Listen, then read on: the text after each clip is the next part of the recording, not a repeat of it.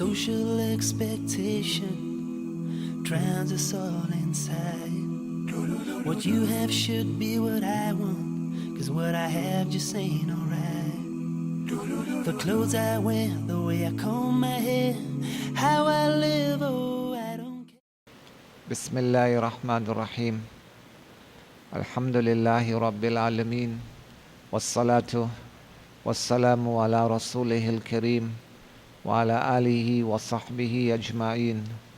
Ashhadu an la ilaha illallah wahdahu la sharika lah wa ashhadu anna sayyidana wa nabiyyana wa maulana Muhammadan abduhu wa rasuluh sallallahu ta'ala alayhi wa ala alihi wa sahbihi wa baraka wa sallama tasliman kathiran kathira.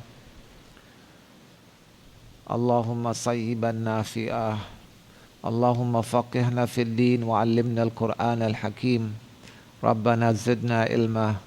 Allahumma ati anfusana taqwaha wa zakkiha anta khairu man zakkaha anta waliyuha wa maulaha. Amma ba'd. So we will continuing from last week, that is love of the world and its remedy. Mufti Taqi Usmani Damat Barakatum says, ask for the world, but keep away from its greatness, its azmat. Returning to our topic, we must ask Allah for enough of the world.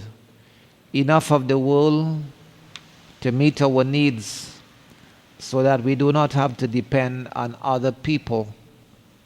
In fact, I would say that we should also pray for our lawful desires to be fulfilled.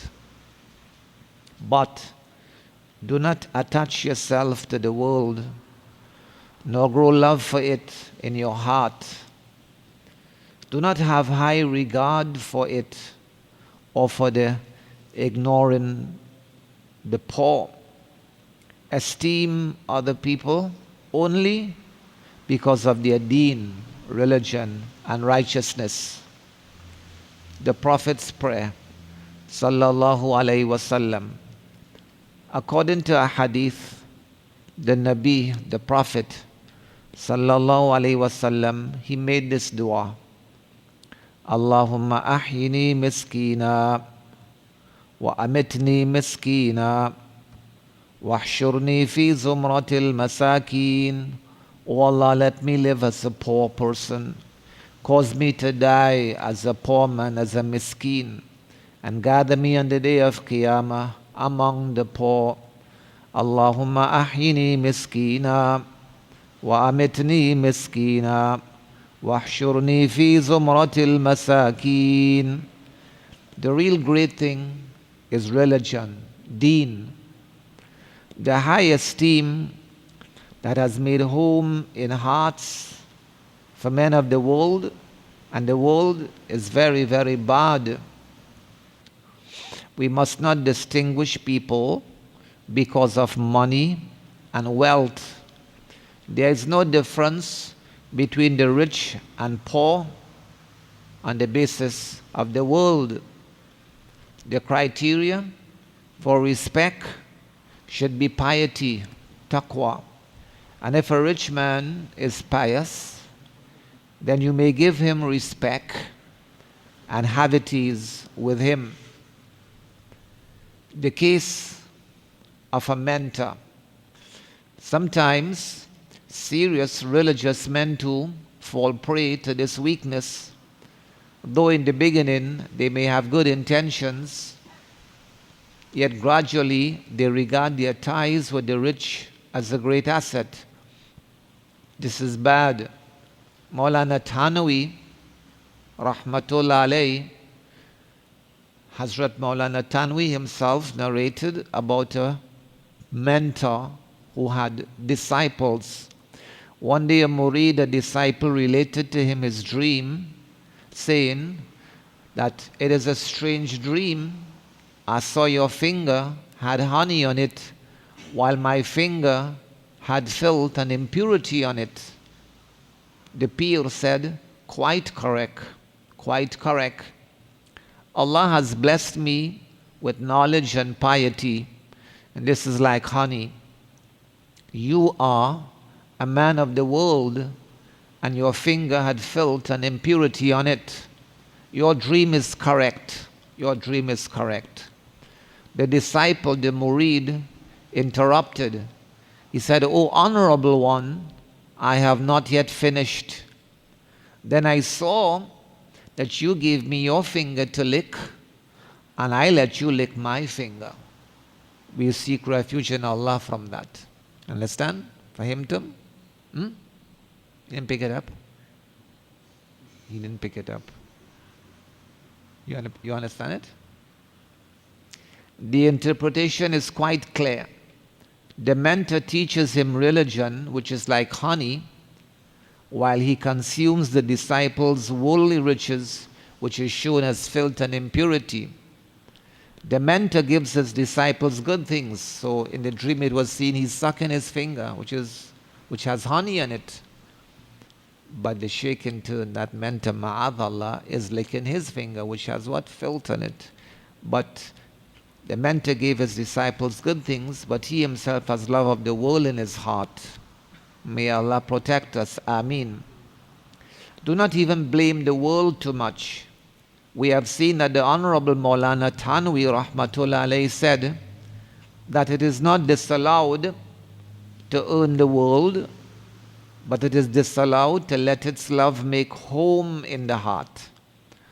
Even from the blameworthy angle, that which has no esteem is not remembered even in a blameworthy manner too. Thus, while it is disallowed to praise the world when one has high regard of it, it is also not allowed to condemn it too much. Repeated mention and even condemnation implies an esteem. One who does not regard anything highly does not mention it again and again. Not worth mentioning. This world is not worth mentioning. Do not occupy yourselves too much in condemning it. Look at the impurities in the air. Do they have any significance? No one will waste time in recounting their useless nature, for it is not worth remembering them.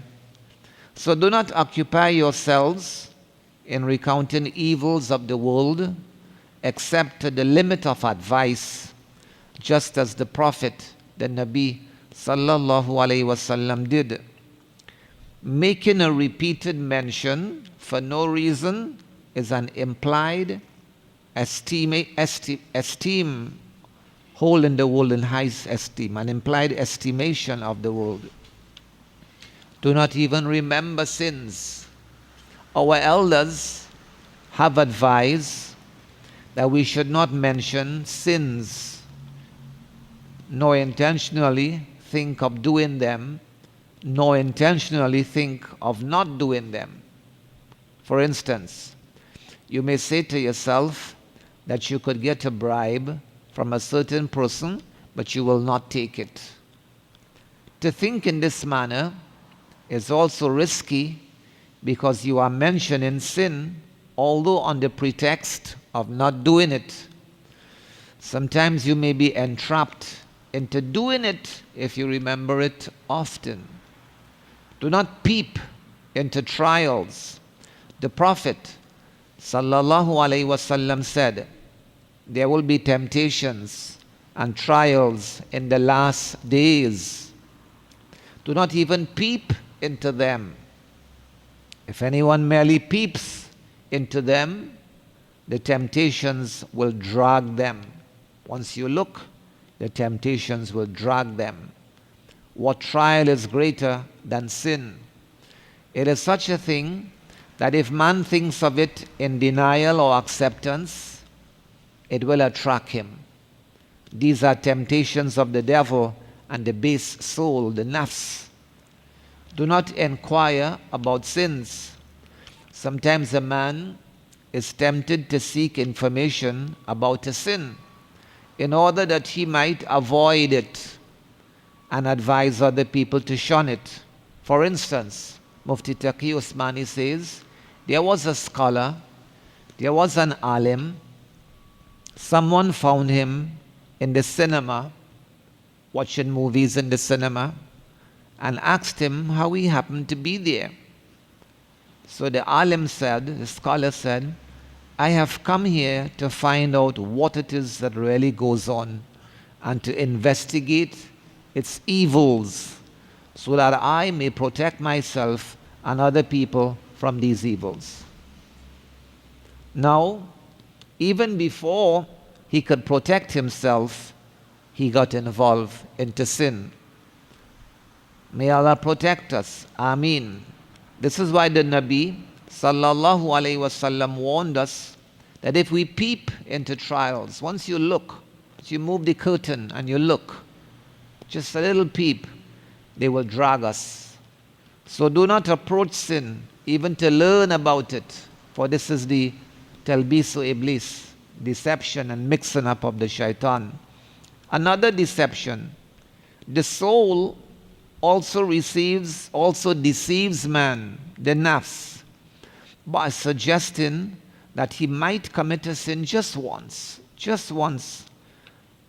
thoroughly to satisfy his urge, and thereafter repent from it and keep away from doing it again. This is very deep. The nafs,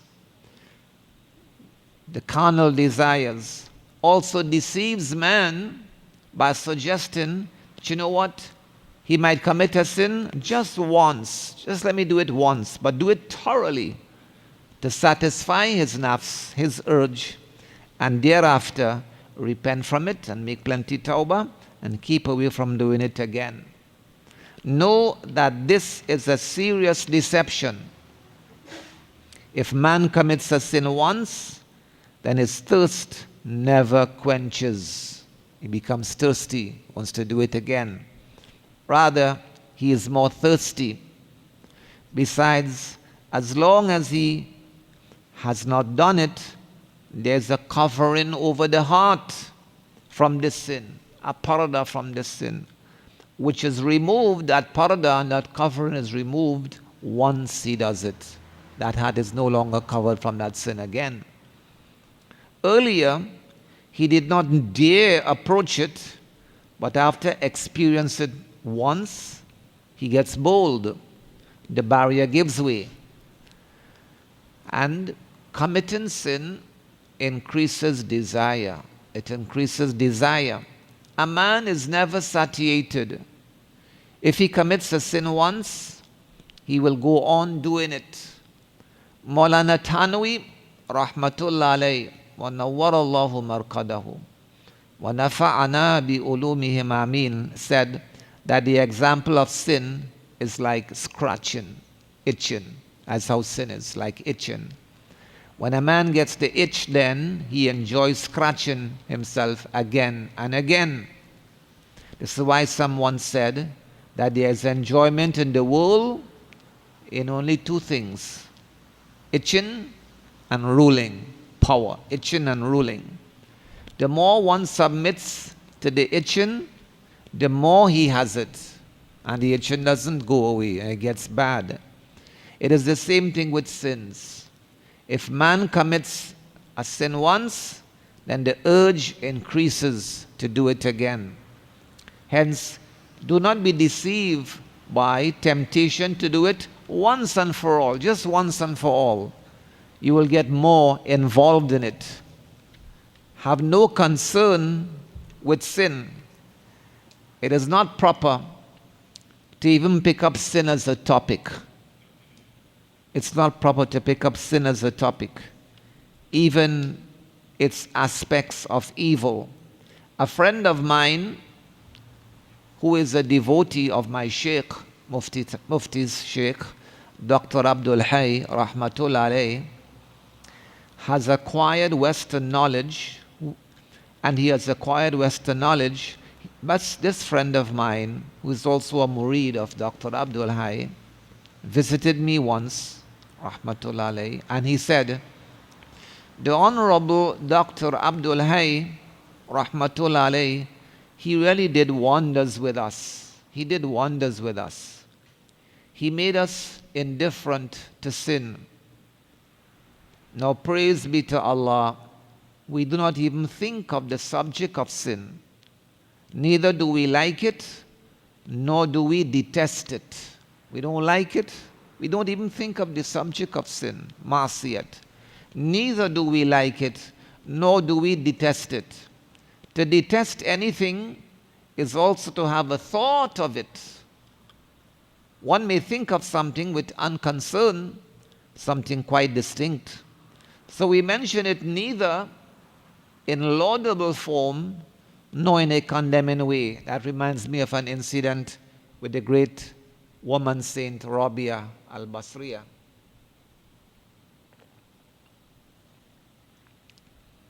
Someone asked her if she hates shaitan. And she said, who's shaitan?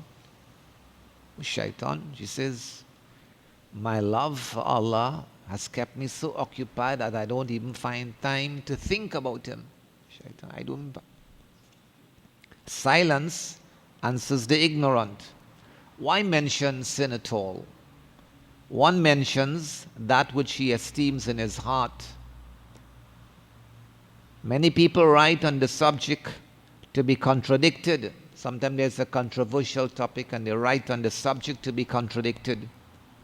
And sometimes they write just to be contradicted, so that they will become famous once they are contradicted. Someone has spoken well.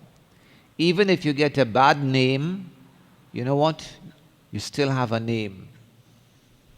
These people know that the more they are contradicted, the more they will be known.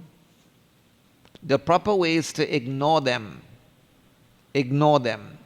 Many people have the habit of sending clippings from newspapers to us with a request to contradict the thought, because many foolish things goes on the media, in the newspaper clippings. This one write this one write that. Mufti Taqi Usmani Damat Barakatum says that many people have the habit of sending clippings from newspapers to us with a request to contradict the thought expressed therein, because it is misleading. They must realize that the writer of that piece, he writes it with the sole view that he should be contradicted, so that he may be known to the people. Thus, in contradicting him, his objective is served. Such people should be dealt with in the manner Sheikh Saadi Rahmatullah alayhi suggested. It's in Persian. Let me see if I could try to read it Persian. Jawab jahila bashud khamushi. Is it not Farsi language, Persian? Jawab jahila bashud khamushi. The response to the ignorant is silence. وَإِذَا قَاتَبَهُمُ الْجَاهِلُونَ قَالُوا سَلَامًا. And the salam what you see here is not salam of tahiyyat, it's salamu tafarruq. The salamu tafarruq. Assalamu alaikum. Do not debate with him. It's not necessary to deny everything. Everything need not be contradicted. Some things must be ignored. It is best for them. People write and speak liberally, and newspapers oblige them by putting it into print, and you would see many things in the newspapers. If all of them are given an answer, that will be too much. Besides, they write only to be contradicted and thus gain some name and fame. This is why the Maulana Rahmatullah alayhi said that the heart should not have regard for the world, neither a favorable regard nor an unfavorable regard. Mention it not to support it, nor even to reject it. Every thought of the world is not censored. This is one of Maulana Tanwi's saying, Rahmatullah alayh. Every offensive thought in this world is one that contemplates earning the world as the basic aim, goal, objective, matlub. If it is not regarded as the basic aim, then it is allowed, Because a hadith tells us of the Prophet sallallahu alaihi wasallam, he said, Talabul halali farida. Talabul halali farida. The talab and seeking of that which is halal, to earn lawful livelihood, is farida, an obligatory duty. Hadith of Bayhaqi, rahmatullah alayh. Also, every thought in this world, to shun the world, is desired. That is, one must contemplate to compare the world and the hereafter. Compare the world and the hereafter. What Allah says, بَلْ تُؤْثِرُونَ الْحَيَاةَ الدُّنْيَا وَالْآخِرَةُ خَيْرٌ وَأَبْقَى. Compare the world and the hereafter to deduce which is worth choosing and which is worth abandoning. This thought is desired and matloob, and that lies in reflection, muraqabah, and contemplation. The Maulana rahmatullah alayhi says that to let the world haunt the mind is censured if it seeks to get the world and takes the world as the essential goal.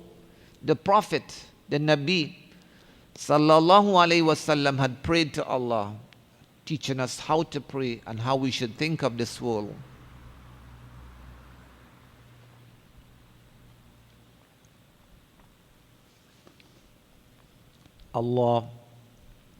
Allahumma la taj'al ad-dunya akbara hammina. Allahumma la taj'al ad-dunya akbara hammina. O Allah, let not the world be our greatest hum, our greatest concern and worry. Allahumma la taj'al ad-dunya akbara hammina. And he's to continue. Wala mablaga ilmina. ولا غاية رغبتنا ولا تسلط علينا من لا يرحمنا. However, if the world is not regarded as the goal in itself, then this thought is not offensive. For instance, if a man makes an effort to earn livelihood, that he might give the rights of his own self and of others that Allah has placed on him, then this thought is not wrong. Property itself is not against piety. Amassing wealth by itself is not contrary to zuhud, asceticism. However, to make it a means of wrongdoing is not zuhud, asceticism. For some, it is better that they be wealthy. Allah knows who will gain nearness to Him through wealth and who will gain nearness to Him through poverty. Thus, He, Allah, gives wealth to some and poverty to some. Make no wealth a means of rebellion. Let's look at the word in Arabic, zuhud, which is often translated as asceticism, renunciation of the world, abandonment of the world, from which we get a zahid. Zuhud is generally used for abandoning the world, but this is not too correct a translation. Mufti Sahib says the correct meaning of zuhud is lack of interest with the world. Not literally what? Even if it is said abandoning the world, what it means is lack of interest in the world. Dunya se beragbati. Kya bhai? Dunya se beragbati. Thus, it is not completely against zuhud, asceticism, to amass wealth. It's not against that. A man may be very, very rich, yet he is a zahid, an ascetic, for he has wealth, but not an inclination for the wealth, and he has no love for it. Nevertheless, if anyone uses his wealth to commit sin, then it is contrary to zuhud, like when he uses it for evil purposes. This is why the Prophet, the Nabi, sallallahu alayhi wa ala alihi wa ahli baytihi wa baraka wa sallama, he prayed, Allahumma inni a'udhu bika min kulli ghina yutghini. While I seek refuge in thee from every ghina, from every type of wealth. Yutghini, which is going to make me rebellious. Allahumma inni a'udhu bika min kulli ghina yutghini. While I seek refuge in you from every wealth which will make me rebellious. Tagha. The wealthy people must make this dua. So if you have some wealth, make this dua. Often, because wealth has the characteristic of rebellion.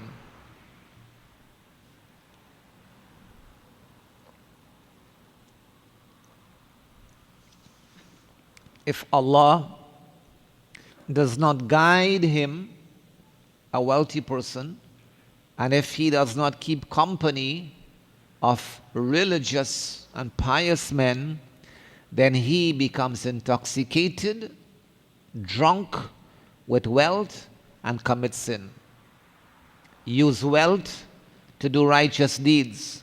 In fact, man must thank Allah for his wealth and use it to worship him and to spend it in his path.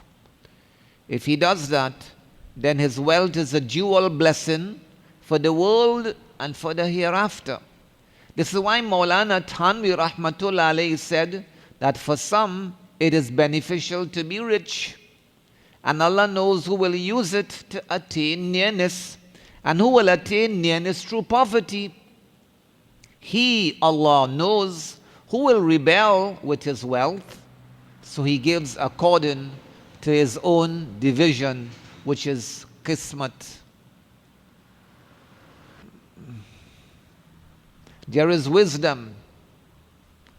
Sometimes we feel pity on a person who is very poor, and we feel pity for him.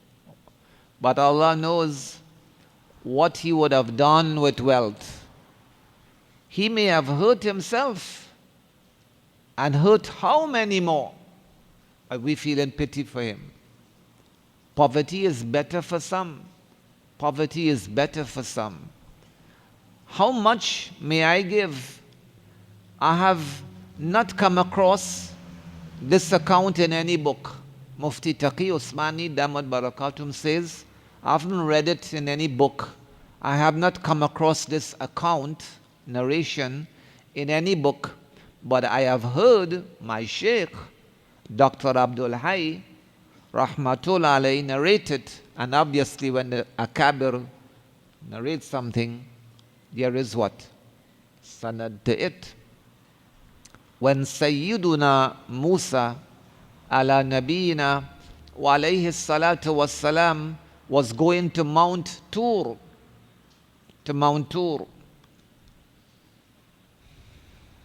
he met a man on the way who asked him, are you going to converse with Allah? Because Musa was Kalimullah.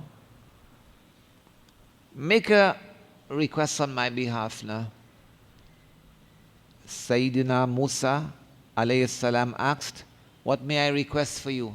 What do you want? He said, I live in poverty and I'm afflicted with anxiety. I live in poverty and I'm afflicted with anxiety, worry, distress. I have a family to support. May Allah make me prosperous. At Mount Tur, Sayyiduna Musa alayhi salam had the conversation with Allah. And when he was finishing it off, he spoke of this man. Do accept his prayer, O Allah. He is telling Allah. Allah asked Prophet Musa alayhi salam, shall I give him a little prosperity or much? How much may I give? Musa alayhi salam said, when you are giving him, then let it be liberal. Let it be liberal. Let it be plenty. Allah said, yes, I have given him plenty. I have given it plenty. Sayyiduna Musa alayhi salam then returned. What is plenty of prosperity? Plenty of prosperity is Jannah, paradise.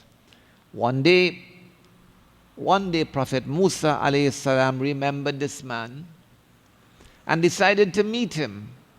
He went to his home, knocked at the door and asked for the man. His wife said, "He has died. He has died." Prophet Musa alayhi salam was surprised. He prayed to Allah, "I do not understand this. Can't understand. I don't understand. I had prayed for the prosperity of the man, but he is dead." Allah said, "Ya Musa, I asked you whether I may give him a little prosperity or much, and you preferred plenty of prosperity, which cannot be had in the world. If I have to give, and I am liberal, it can be had in the world. Only a little limited prosperity can be had in the world. So we gave him plenty. We gave him much prosperity by taking him to us. Why not both? Allah could have made him well off in this world and then in the next also in paradise. The answer is that He, Allah, gives according to the recipient's ability to endure. To the recipient's ability to endure. He might have gone astray in this world with the prosperity and he would have lost Jannah too. Does Allah not have mercy on the poor? Does Allah not have mercy on the poor? When you find a poor man, you feel pity on him. Does it mean that Allah does not have pity on him? Only He, Allah, knows, for He is the Creator. How the different parts are fitted in His workshop. How the different parts are fitted in His workshop. He knows the use of each part. For He is the all-knowing, all-aware. He is the knower and also the wise. He alone knows what is best for that man and the other. He is more compassionate than you. He showed mercy and did not give him wealth. He is the sovereign and the wise. Our elders have suggested that when anyone dies, and this is so beneficial, good advice, our akabir, our elders have suggested that when anyone dies, we must think of two things. Allah is Al-Hakim, Al-Hakim, the ruler, and He is Al-Hakim, Al-Hakim, but He is also Al-Hakim, the wise. Because He is the ruler, Al-Hakim, His decision is final and reliable. Reliable decision. But He is also Al-Hakim, the wise, so that we must submit to the will of the wise ruler, whether we understand it or not, whether we like it or not, whether we are pleased or displeased, we have to submit, which is called taslim. Taslim. His decision is true and must be respected. Richness is beneficial to some. The Maulana said further that they are wealthy is better for some. Allah causes them to rise in rank through their wealth. He enables them to thank and be grateful for the wealth. The more a man thanks, the more his ranks rise. But Allah causes some to rise in ranks even through their poverty. A poor man shows patience and that elevates his rank. The Prophet sallallahu alaihi wasallam said, "At-ta'imu shakir bi manzilati as-sa'im as-sabir." The grateful eater is like the patient fasting person. At-ta'imu shakir kas-sa'im bi manzilati as-sa'im as-sabir. That's if you keep a fast and you show endurance, then you will get a reward. And if you eat and give thanks, then too you will get a reward. At-ta'imu shakir bimanzilati as-sa'imi as-sabir. Allah therefore gets His slaves to do both these things in Ramadan. And the month of Ramadan is nearly upon us. They fast during the day and show patience, and they eat during the night and are grateful. What does Allah say? Allah says, Kulu min rizqi rabbikum washkuru lah. Eat from the rizq and sustenance of your Rabb, your Lord, and be thankful to Him. Kulu min rizqi rabbikum washkuru lah. It's not proper to eat a little in Ramadan. And the month of Ramadan is coming, so we can even take this advice right now.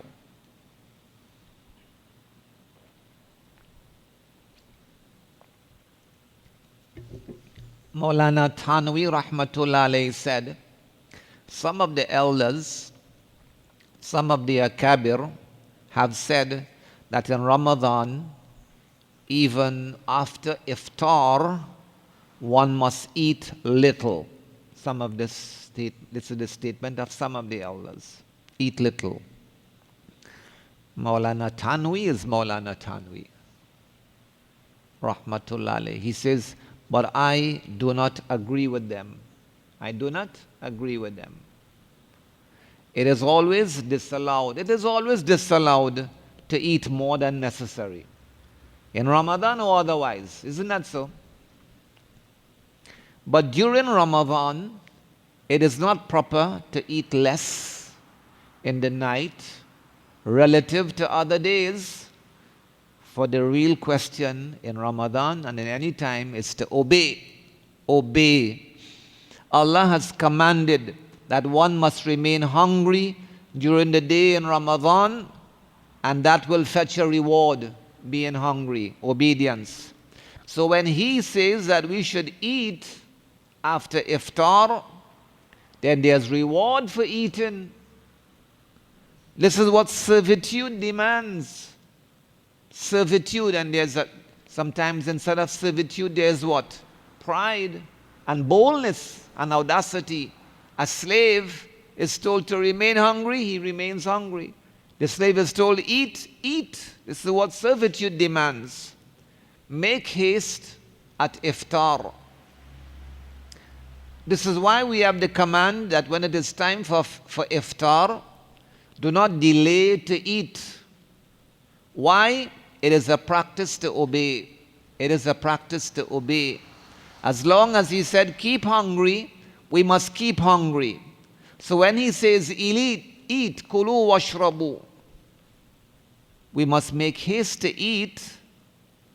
And if we tarry, then that is disobedience. It's time to break the fast, but one is calm and taking his time, and there is a kind of boldness and a kind of showing off kind of thing. That is disobedience. Therefore, the Maulana Rahmatullah alayhi said that we should eat. When you break the fast and you are having your meal, eat. Asif, eat calmly. Enjoy in our food. When he says eat, there is no need to eat less. And this is Maulana Thanwi. And you know what he says also? The rizq is increased in Ramadan. وَيُزَادُ فِيهِ fi rizqil mu'min. Provision is increased in Ramadan. The Maulana Rahmatullah alayhi has also cited a hadith that Allah increases sustenance during Ramadan. And it is witnessed that the things that you get to eat in Ramadan, you even get throughout the whole year. And you get in Ramadan. Because that is hadith. وَيُزَادُ فِيهِ fi rizqil mu'min. He says, Maulana says, it is strange that Allah gives sustenance in Ramadan, but we prefer to eat afterwards. When He gives it, eat it. So there's no need to cut down on food in the night of Ramadan. That don't mean to overdo it too, you know. Right? It is the demand of worship and servitude that when He gives provision, We must eat with relish. Eat with relish. Anyway, sometimes Allah showers blessings on someone and inspires him to give thanks, for which he raises his ranks. He alone knows who should be given riches, and he alone knows who should go poor according to what is beneficial to whom. Al-Hakim, Al-Hakim. Sufyan al-Thawri, the great muhaddis, the great faqih, Sufyan al-Thawri. All people of knowledge are aware of Sufyan al-Thawri. And the other Sufyan is Sufyan ibn Uyayna. He was a wali, he was a saint, but he was a rich saint and wali. Sufyan al-Thawri, rahmatullah alayhi wa nawwar Allahu markadahu, he was a jurist, he was a faqih, he was a Sufi, a man of Allah, a man of the heart. He was a muhaddith, a scholar of hadith, and he was a rich man too.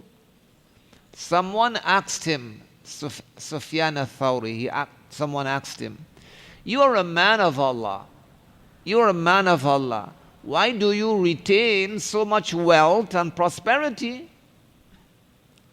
How are both compatible? How are both compatible, being a man of Allah and you have all this wealth?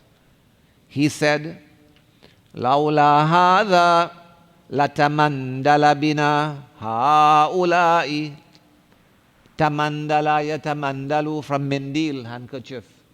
لولا هذا, if not for this wealth, latamandala bina. These people were users as handkerchief, if not for the wealth. لولا هذا latamandala bina هؤلاء. If it was not for the wealth, these ministers and officials, and remember in those days how it was with the kings and ministers and officials, they would have used us as a handkerchief, as a mindil. I also heard this from one of my sheikhs, Hazrat Maulana Sheikh Miran Sahib used to say that. لولا هذا لتمندل بنا هؤلاء. They would have considered us to be too lowly. Now, with the wealth, Sufyan al-Thawri is saying here what? We are on equal footing, not to be cowed. Look at this, look at Imam Malik. A new dress every day. A new dress every day. Imam Malik, rahmatullah alayhi, wore a new dress, a new kameez every day. Oh my God. Allah gave them the world, but they did not have love of it, nor did they get lost into it.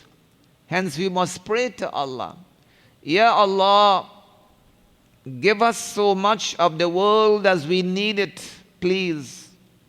In fact, I would pray, Ya Allah, give us according to our desire for the world as much of the lawful desires, without all worry, but not love for it, nor regard for it. Ameen.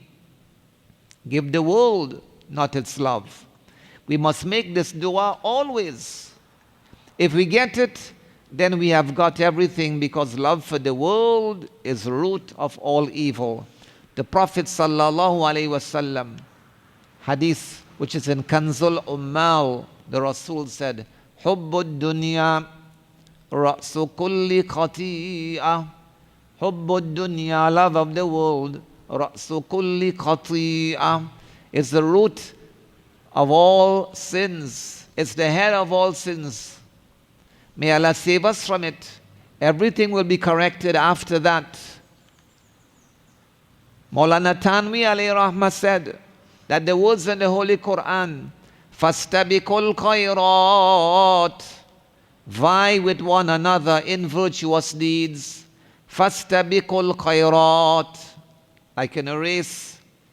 Maulana said these words of the Quran are themselves a command to work for prosperity. Work for prosperity, provided it is for piety. You support monetary prosperity, whether religion is safe or not.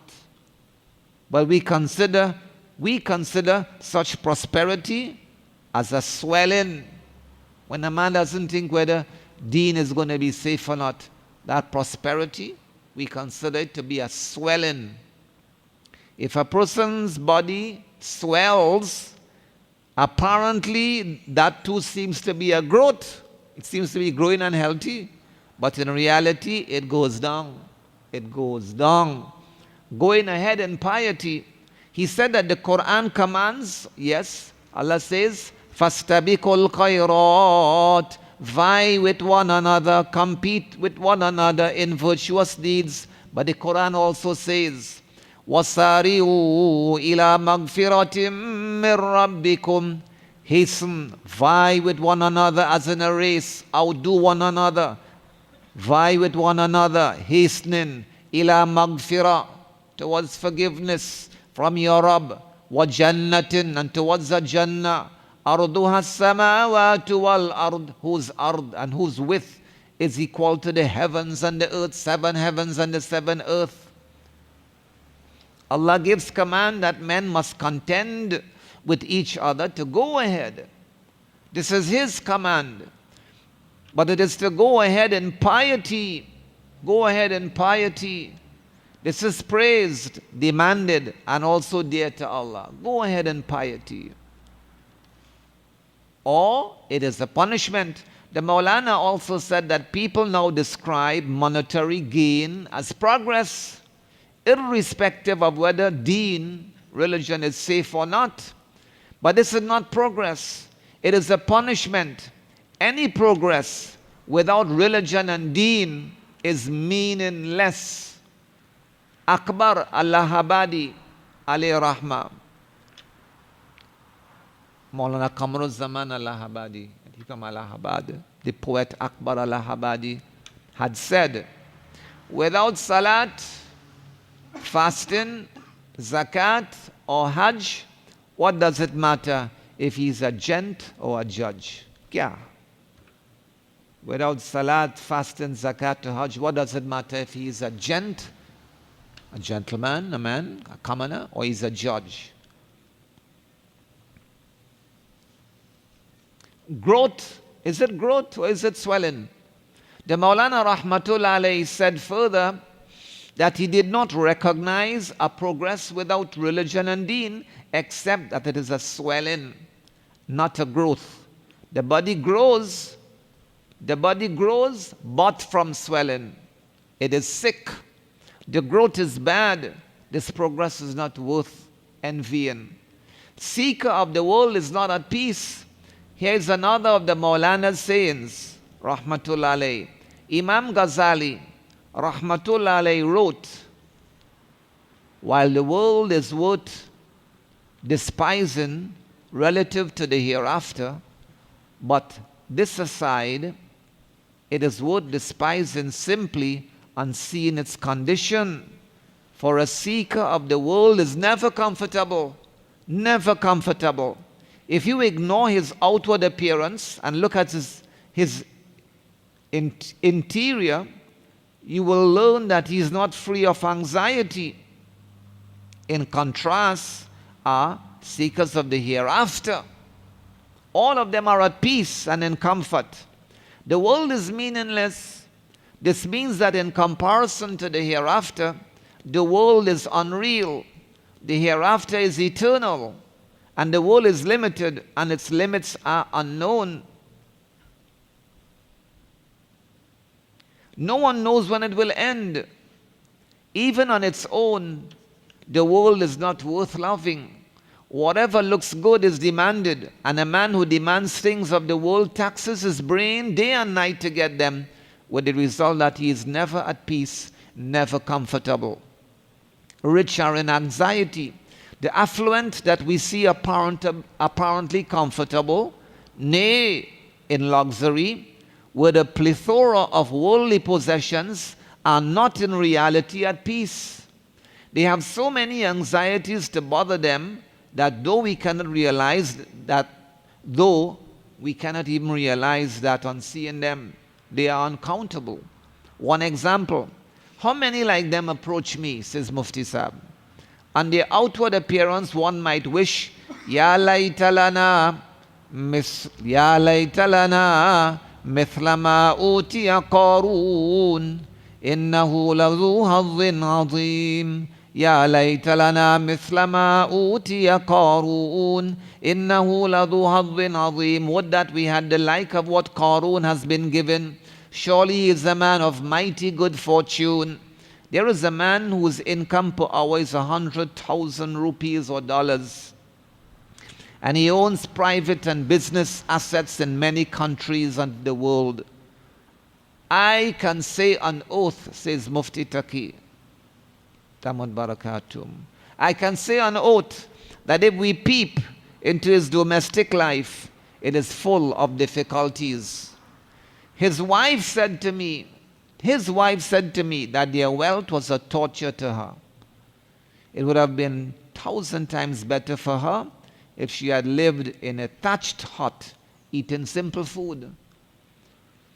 This is their real side to the deceptive outward appearance. Most of the wealthy people lack peace of mind. If one has money but no peace, then of what use is the money? Even without the anxiety of the type we mentioned, this world is a punishment of its own kind, for it is its characteristic that the more a man runs after it, the more it flees from him until he gasps for breath and dies without catching it. The reason is that he does not stop anywhere. He is described by the Prophet ﷺ, who says, which is in Tirmidhi, if he has one wadi and valley of gold, he craves for a second. When he gets two, he craves for a third.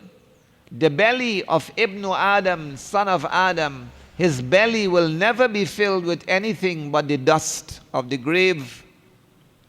If a man is always after something, then this itself is a punishment. Comfort lies in contentment. If there is comfort in anything, it is in contentment, qana'at. A man says to himself, whatever Allah has given me by His favor and mercy through lawful means, it is sufficient for me. Praise belongs to Allah. And whatever He has permitted me to seek through lawful and legal ways, I will continue to seek. I will give thanks for whatever I get. It is Allah's kindness. This is comfort and peace of mind. Know that contentment can never be found with seeking the world and love for the world. A person so involved will never be content and will keep asking for more. As for one who is not a seeker of the world, he will say, the world is part of our lives. Allah has made us responsible for certain duties to discharge, which we earn our share in the world. This man does not have love of the world and its longing of that degree, so Allah will give him contentment. And peace is not found in anything but in contentment. Who has peace? There is a man who makes do with a simple life and simple food. His heart is satisfied. Praise belongs to Allah. Whatever I get is lawful and it is proper for me. There is another man who lives well and eats rich food. He has many blessings of the world, but his heart craves for better and for more. He wants everything that others have. Now, which of the two has peace? Obviously, the first person. My cup is full. That's the attitude to adopt. My cup is full. The Honorable Dr. Abdul Rahmatullah alayhi had a very beautiful couplet on the subject of contentment, which paraphrased is, whatever Allah has given me is like everything others have. Whatever Allah has given me is like everything others have. I thank Allah for that and I am satisfied. My cup is full. When man agrees with this, he will cease to be involved in the world. There is no other way to get peace except through contentment. When contentment is missing, greed for the world and love of it will be prominent. They will worry man day and night. A lesson-bearing story Sheikh Saadi Rahmatullah alayhi has narrated in his Gulistan. His experience with a merchant. Sheikh Saadi writes, alayhi rahmah, during a journey, he stayed overnight at a merchant's home. All through the night, he spoke to me about his business, not letting me sleep a wink. He disclosed that he had business links in India, Iran, Khorasan, and a number of other places in a variety of merchandise. He said that he had in mind a last journey to make and asked me to pray that it should be successful, whereafter he said that he would practice contentment and spend the rest of his life doing business from just a shop. I asked him, Sheikh Sadi said, where he proposed to go in the last journey. He said that he would purchase a certain merchandise and go to China, where he would dispose of it. And then buy China ware, which he would sell in Rome at a good price. And then buy something else, which he would sell at Iskandaria, where he would purchase carpets and then take them to India and sell them there, and so on. That was his last journey. He named every place of note in the world. He requested me to pray for his success, whereafter he would be content. Now Sheikh Sadi was very, very wise. The Bustan of Sadi, Golistan of Sadi should be read. Sheikh Sadi, Rahmatullah alayhi, in turn narrated to him that there was in the desert Gaur. He said in the desert Gaur there is merchandise, of a great, great merchant lying on the earth by his mule, who is dead. The merchant too lay dead by them. The merchandise, to say, is the narrow outlook of a man of the world can be filled either by contentment or by the dust of the grave. There's no third thing that may fill it, either contentment or by the dust of the grave. No third thing. Sheikh Sadi Rahmatullah alayhi said, when this world overcomes a man, then he thinks of nothing else but the world. This love of the world is what is disallowed. What may I do about the itch? As he comes to a close, he says, I too have had a similar experience. This is about a Pakistani wealthy merchant, one of the 22 richest men of the world. I said to him, Allah has bestowed much on you. Do something pious. Establish an institution that will not deal with riba and interest. He began by arguing that it was impossible to do business without riba and interest. I suggested to him that out of the thousands of businesses he ran, which fetched him billions of rupees in income, he could set aside one to run on an interest-free basis.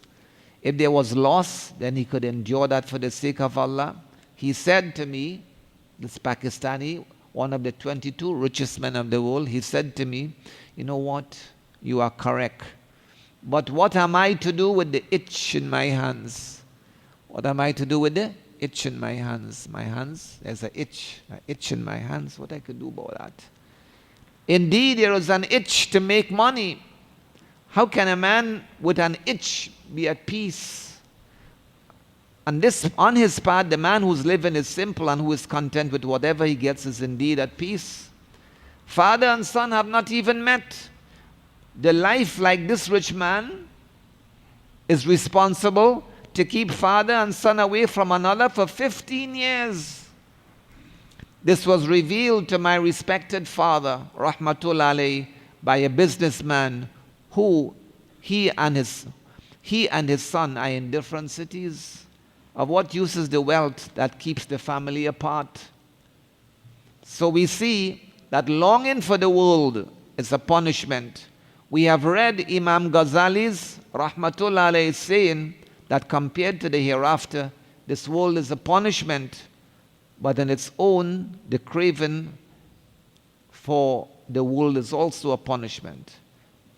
This world is a punishment, but in its own, the craving for the world is also a punishment. On this basis, it is worthy of hatred. Only contentment will give peace. It means that what Allah gives is enough. And look at those at the lower level. As far as religion is concerned, one must look at those on a higher level than himself. In worldly affairs, he must look at those who are on a lower level than himself. How many are poorer than him? And how many are in anxiety more than him? Allah has blessed him with much wealth and a living better than they have. He has delivered him from anxieties. This is why Maulana Tanwi Rahmatullah alayhi said that the seeker of the world is in no comfort. If the internal life of such a people is examined, it would reveal a life of worries and anxieties. The contentment of a majzub.